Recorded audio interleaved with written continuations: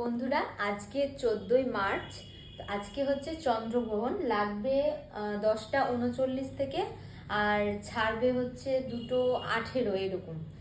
তো অনেকটা লম্বা সময় সেরকম। তোমরা জানো এটা অদৃশ্য চন্দ্রগ্রহণ, আর যারা জানো না তারা শুনে নিলে, আর যারা জানো তারা অবশ্যই আমাকে কমেন্ট করে জানিও তো যে মানে আমি ঠিকঠাক টাইমটা বললাম নাকি। আমি যতদূর জানি ততদূরই আমি মানবো। তো মানে এটা অদৃশ্য গ্রহণ সেহেতু নর্মাল মানুষরা তো মানবে না, যারা প্রেগনেন্ট তারা অবশ্যই মানবে, এটা মানতেই হবে তাদেরকে। তো আমার তো এই প্রেগনেন্সিতে 2টো গ্রহণ এখনো পর্যন্ত পড়ে গিয়েছে।